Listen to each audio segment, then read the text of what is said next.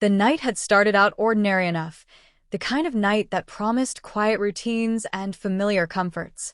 Sarah Reynolds had been preparing dinner in the kitchen, humming softly to herself while slicing vegetables under the warm glow of the overhead lights.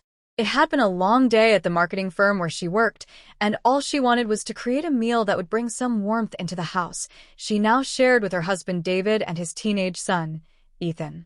Life as a stepmother hadn't been easy. Sarah had married David just 2 years earlier, and though her relationship with Ethan was polite, it hadn't yet grown into anything deeper. He was 17, a thoughtful but guarded young man, still adjusting to the loss of his mother years earlier and to the idea of Sarah being in their lives at all. She often caught herself overthinking every little interaction with him, wondering if she was saying too much, not saying enough, or if she would ever be more than just Dad's wife in his eyes. Tonight, though, she wasn't thinking about any of that. She was focused on chopping onions, the sharp scent making her eyes water as she set them into the skillet sizzling with butter. The hum of the refrigerator, the soft clatter of dishes in the sink, and the muted sound of a television program from the living room all blended into a domestic symphony that felt steady and familiar. Until suddenly it didn't. With no warning, the house went completely dark. The refrigerator silenced, the TV snapped off, and the lights cut out, leaving Sarah in the middle of the kitchen with only the faint glow of the moon sneaking in through the window above the sink.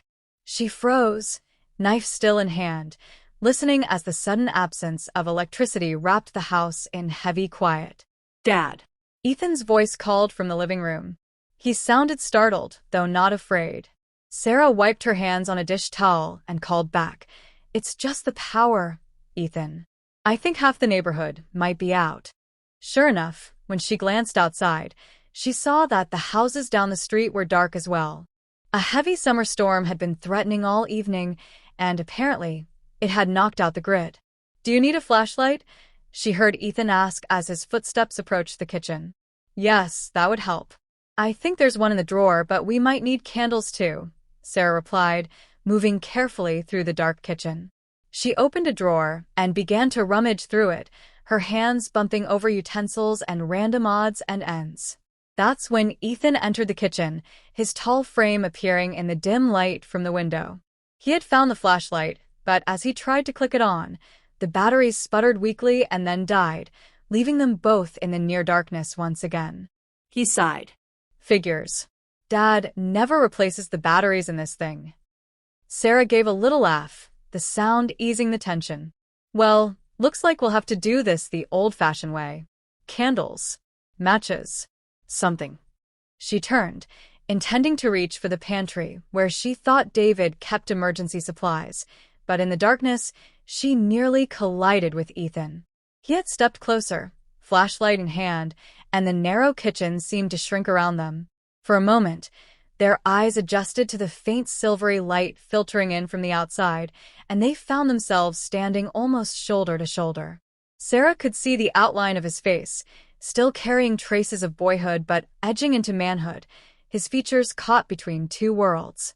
It was a strangely intimate moment, not because of anything either of them had done, but simply because of the closeness, the unexpectedness of it all. Sarah stepped back quickly, feeling her heart jump from surprise. "Sorry," Ethan murmured, his voice low, as if aware of the sudden weight of silence between them.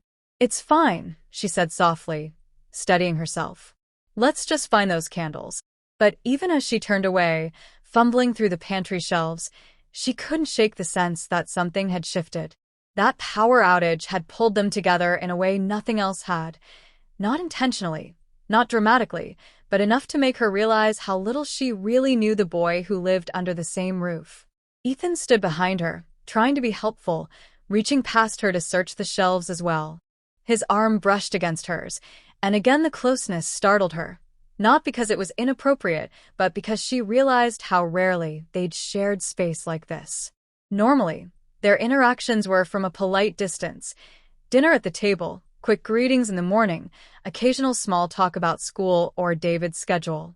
But now, in the dark, with no distractions, she felt his presence in a way she hadn't before. It made her realize how much she wanted to break down the invisible wall between them, Not as mother and son, not yet, but as people who might learn to trust each other. She found the box of matches at last and struck one, the tiny flame blooming to life and casting a soft glow over both their faces. She lit a candle and placed it on the counter, its warm light chasing away the heavy shadows. Ethan's eyes met hers in the flickering glow, and for the first time, Sarah thought she saw something different in them. Not suspicion, not indifference, but maybe curiosity. And that was how the night began. The night that would change the way they saw each other forever.